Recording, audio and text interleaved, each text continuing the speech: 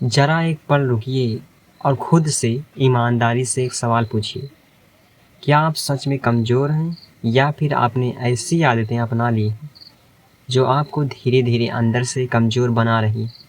सच यह है कि ज़्यादातर लोग लाइफ में इसलिए स्ट्रगल नहीं करते क्योंकि उनमें टैलेंट या पोटेंशियल की कमी होती है, बल्कि इसलिए क्योंकि वे रोज़ कुछ ऐसी हैबिट्स दोहराते हैं जो उनकी मेंटल स्ट्रेंथ, डिसिप्लिन और सेल्फ रिस्पेक्ट को चुपचाप ख़त्म कर देती है।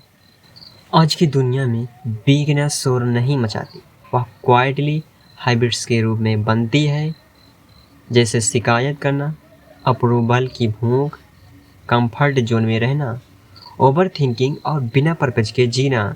यह सब नॉर्मल लगता है, लेकिन यही आपकी पावर छीन लेता है। इस वीडियो में हम बात करेंगे 5 ऐसी हैबिट्स की और स्टोइसिज्म व डीप साइकोलॉजी के जरिए जानेंगे कि इन्हें पहचान कर अपनी लाइफ को मेंटली स्ट्रांग और पर्पज ड्राइवन कैसे बनाया जाए।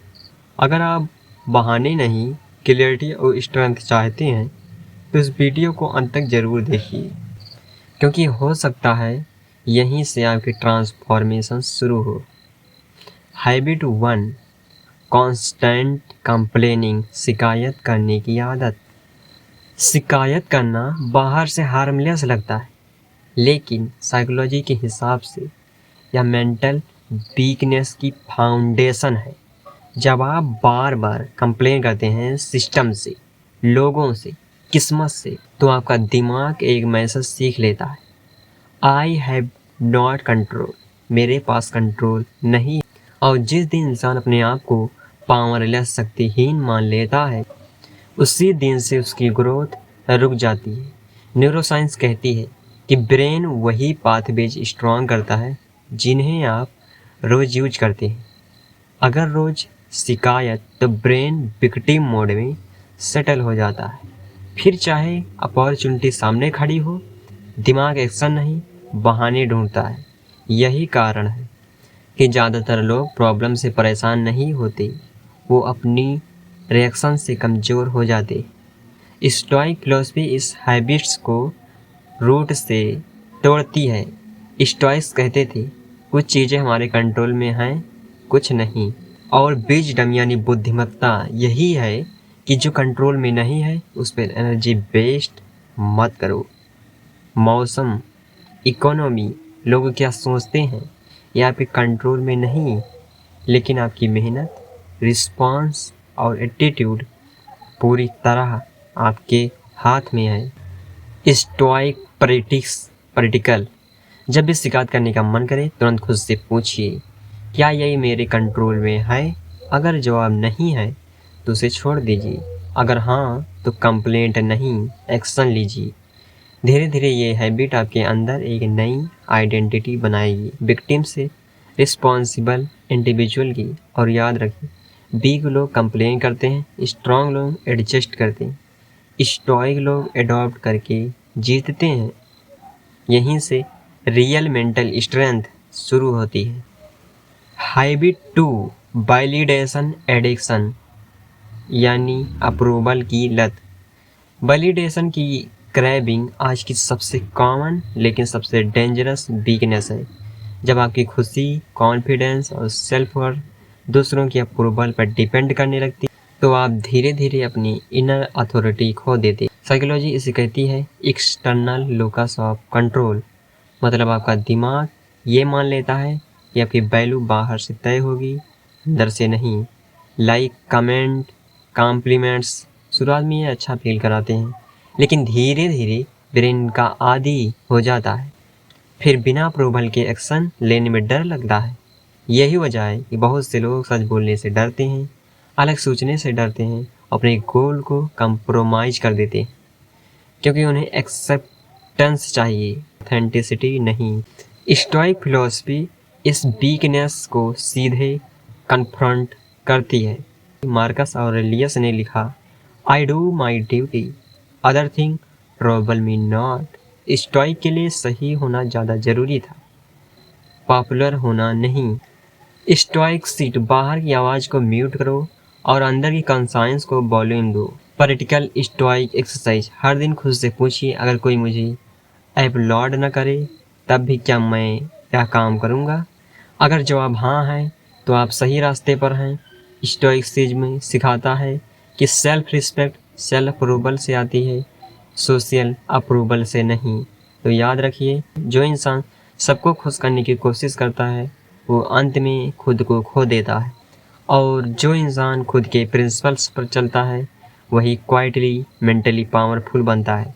यही हैबिट बदलते ही आप दूसरों के कंट्रोल से खुद के कंट्रोल में आ जाते हैं। हैबिट 3, कंफर्ट एडिक्शन, आराम की लत। कंफर्ट एडिक्शन आज की सबसे सोशली एक्सेप्टेड वीकनेस है। कोई आपको लेजी नहीं कहता, कोई आपको वीक नहीं कहता, लेकिन अंदर से आपकी विल पावर धीरे धीरे ख़त्म हो जाती है। साइकोलॉजी कहती है कि ब्रेन हमेशा पेन अवॉइड करना चाहता है। शॉर्ट टर्म में कंफर्ट सेफ लगता है, लेकिन लॉन्ग टर्म में यही कंफर्ट आपकी ग्रोथ को सफोकेट कर देता है। जब आप बार बार डिस्कम्फर्ट से भागते हैं, मुश्किल काम टालते हैं, हार्ड कन्वर्सेशन अवॉइड करते हैं, डिसिप्लिन को कल से पर छोड़ देते हैं, तो ब्रेन एक डेंजरस कंक्लूजन पर पहुंचता है, मैं मुश्किल चीज़ों के लिए बना ही नहीं हूँ। यहीं से सेल्फ डाउट उत्पन्न होता है, और सेल्फ डाउट से मेंटल वीकनेस। स्टोइक फिलॉसफी इस पैटर्न को तोड़ने के लिए एक पावरफुल कॉन्सेप्ट देती है, वॉलंटरी डिस्कम्फर्ट। स्टोइक जानबूझकर कंफर्ट छोड़ते थे, साधारण खाना, मिनिमल लाइफस्टाइल, फिजिकल और मेंटल हार्डशिप। क्यों? सेनेका ने कहा था, he who suffer before it is necessary suffer more than is necessary. Stoic discomfort से डरते नहीं थे, वो इसे ट्रेनिंग मानते थे। स्टोइक प्रैक्टिस मॉडर्न लाइफ, हर दिन जानबूझकर एक अनकंफर्टेबल काम चुनिए, बिना मूड के काम करना, फोन डिस्ट्रैक्शन के बिना बैठना, डर के बावजूद एक्शन लेना। शुरुआत में मन रेजिस्ट करेगा, लेकिन धीरे धीरे ब्रेन सीख लेगा, मैं डिस्कम्फर्ट हैंडल कर सकता हूँ। और जिस दिन ये बिलीव बन जाती है, उस दिन लाइफ आपको डराना बंद कर देती है। याद रखिए, कंफर्ट आपको काम फील कराता है, डिस्कम्फर्ट आपको कैपेबल बनाता है। स्टोइक माइंडसेट कंफर्ट नहीं, कैरेक्टर बिल्ड करता है। चलिए अब जानते हैं हैबिट 4 की। Habit 4, over thinking without action, सोचते रह जाना लेकिन करना नहीं।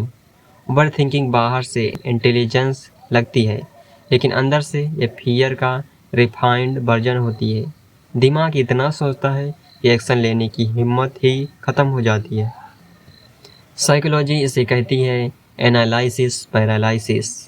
जब आप हर पॉसिबल आउटकम इमेजिन करते हैं तो ब्रेन दिमाग को एग्जैगरेट करने लगता है, फिर छोटा सा कदम भी रिस्की लगने लगता है। धीरे धीरे एक साइलेंट ब्रेक बन जाता है, पहले पूरी क्लियरिटी मिले फिर एक्शन लूँगा। लेकिन सच्चाई यह है, क्लियरिटी एक्शन के बाद आती है, एक्शन से पहले नहीं। ओवर थिंकिंग इंसान को वीक इसलिए बनाती है क्योंकि यह उसे डिसीजन मेकर से स्पेक्टर बना देती है। आप लाइव देख रहे होते हैं, जी नहीं रहे होते।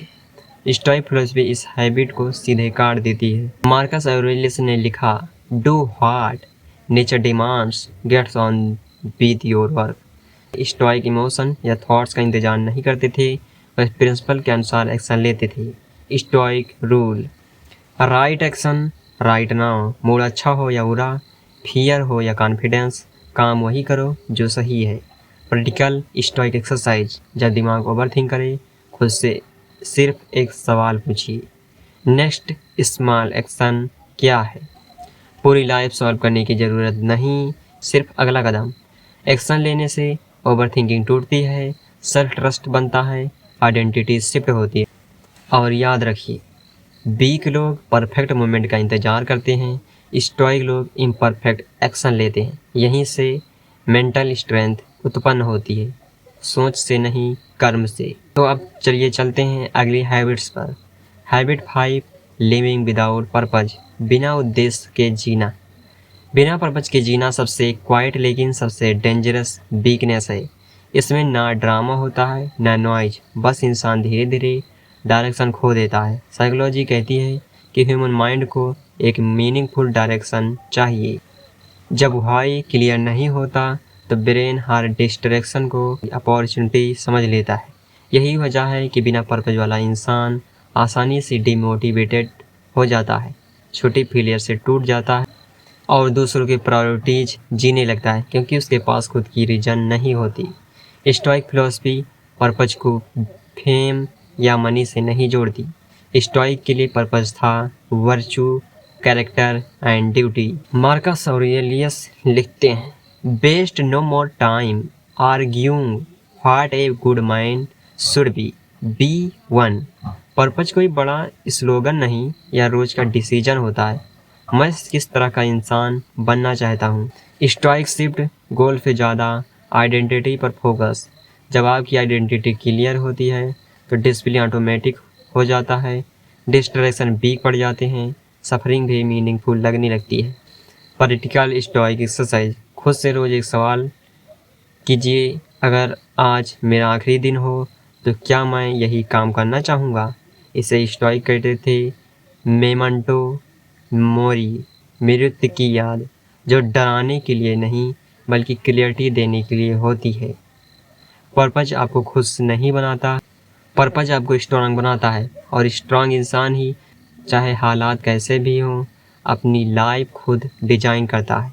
यही वो हैबिट है जो बदलते ही बाकी सारी हैबिट्स अपने आप अलाइन हो जाती हैं। अगर आपने इस वीडियो को यहाँ तक ध्यान से सुना है तो एक बात अब साफ हो जानी चाहिए, आपकी लाइफ को कमज़ोर बनाने वाली चीज़ कोई एक बड़ा हादसा नहीं होता, बल्कि रोज़ की वो आदतें होती हैं जिन्हें हम नॉर्मल मान लेते हैं।